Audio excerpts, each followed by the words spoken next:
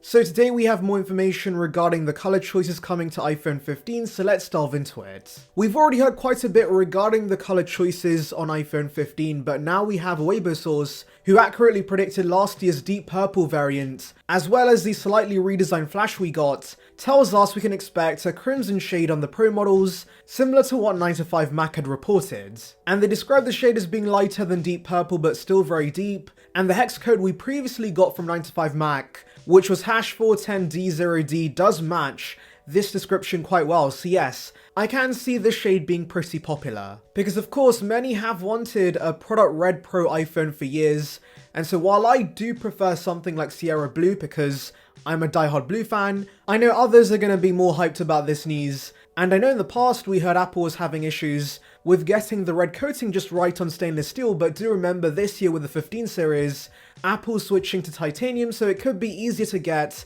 the ideal red finish they want, plus the sides of the device are now going to be matte, which is a massive upgrade over the horrible glossy finish we have right now that of course attracts tons of fingerprints. And by the way, would like to remind you guys, like this video and subscribe for more content like this, it would be appreciated. I do want to mention though that another source, Unknowns21, still says this will not be the flagship color for iPhone 15 Pro. They say Apple might be using this shade to test the durability of the PVD coating on the titanium frame, but he's not seen any working prototypes with this new color. They allegedly will reveal what they think is the real hero color soon, but I do want to mention another Weibo source has suggested light pink is going to be the hero color instead. According to them, it's ugly and it's not as good as the 13 pink, but I'll be honest guys, I actually hated how the pink 13 was barely pink in the first place, and so if the 15 Pro has a pink hue that's more saturated, that would look nicer in my opinion. But between red and pink, I still think it's more likely we get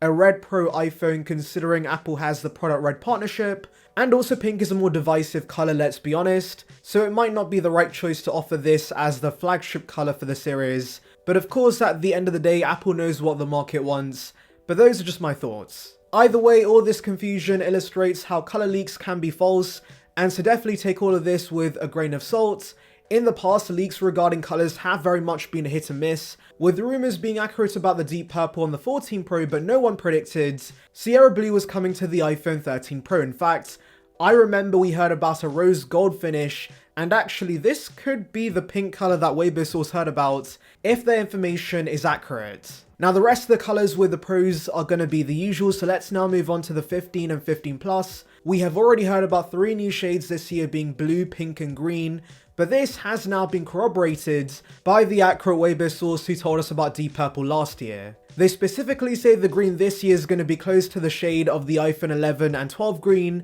which was more of a mint shade, and I'm actually a big fan of that. I never was a fan of the dark green the 13 had, and so this looks a lot nicer in my opinion. And thankfully there's no conflicting reports regarding the shades, even Unknowns21 believes we're getting this green. The pink and blue, of course, we already have hex codes for courtesy of 9to5Mac, and those are CE3B6C and ODB1E2 respectively. Now the blue specifically has got me very interested because my favourite iPhone colour of all time is the 10R blue, and so this very much is similar to that, and it's kinda getting me considering the 15 Plus, even though this would not be that big of an upgrade over my 14 Pro Max, but my love for blue might just convince me to get this. The pink also is very saturated, and I'm glad Apple's mostly done with the pastel shades. I say mostly because the green is very much still a pastel shade, but apart from that guys, the pink, the blue, and hopefully the red we get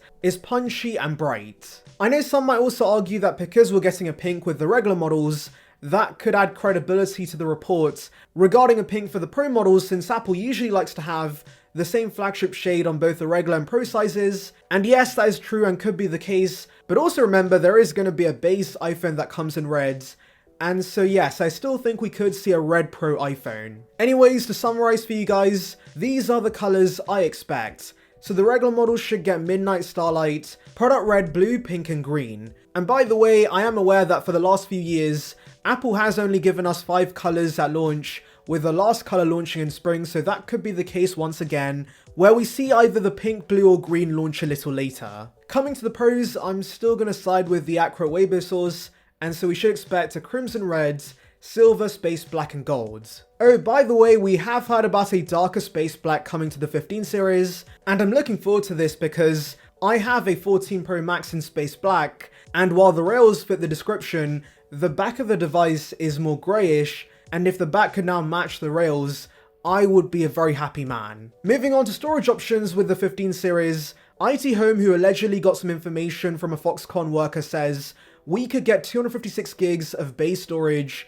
on the Pro models, while the regular models stay at 128 gigs. Now this makes sense considering we've heard about the Pros getting more expensive. Also, they have more higher end camera features to justify an increase in the base storage. And so yes, I can see this happening. We also have leaked images of the front glass module on iPhone 15, and you can see that for one, we're not getting any size increases. It's still 6.1 inches and 6.7 inches. And so if you want bigger displays, you're gonna have to wait for iPhone 16. Thankfully, you can see the thinner bezels iPhone 15 Pro has, but I'll be honest guys, it's not as prominent as I expected. It does look very similar to the 14 Pro on the front for the most part, and we also have leaked camera guards that show the slightly larger cameras on the Pro models, and also it seems to apply to the regular models as well because they're getting the 48 megapixel main sensor that of course takes up more space. Now that 48 megapixel sensor should be the same as last year's models. The only sensor changing this year will be the telephoto on the Pro Max, according to a Weibo source, since that's now going to be replaced by the periscope lens that we've already heard about. Also want to mention, I'm hoping we finally get an upgraded ultra-wide on the base models, because right now I believe the iPhone 14 still uses the same sensor from iPhone 11, which is not that terrific for today's standards, especially since it lacks macro and focus. So I'm really hoping this year's regular models get the upgrade to the newer ultra-wide lens the iPhone 14 Pro has, and that would be the ideal amount of camera changes for those who plan to buy the regular models. They also tell us we can be sure we're getting titanium on this, which Ice Universe, a credible Samsung leaker, also confirmed, and there's more evidence we're getting Type-C with the 15 series, because with the newest CADs we can see the charging port is a lot thicker compared to the 14 Pro. I know USB-C is likely going to be the must-have upgrade with the 15 for many consumers, since they're fed up with Lightning, but I'll be honest guys, I'm actually more excited for the titanium chassis because